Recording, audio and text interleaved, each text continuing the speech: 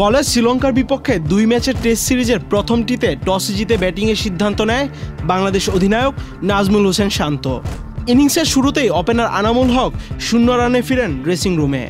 এরপর আরেক ওপেনার সাদমান ও ওয়ান ডাউনে ব্যাট করতে নামা মমিনুল হক ইনিংস মেরামতের চেষ্টা করলেও দলীয় রান যখন ৪৫, এই দুই ব্যাটারও বিদায় নেয়। তখন শুরুতেই ৩টি উইকেট হারিয়ে চাপে পড়া টাইগারদের ত্রাণকর্তা হিসেবে হাজির হন অধিনায়ক নাজমুল হোসেন শান্ত ও মুশফিকুর রহিম। এই দুইজনের ১৭ রানের জুটিতে টাইগাররা ম্যাচে ফিরে। ৪৭তম ওভারের দ্বিতীয় বলে অধিনায়ক শান্ত নিজের অর্ধশতক তুলে নেন এবং এই দুজনের ১০০ রানের পার্টনারশিপ হয়।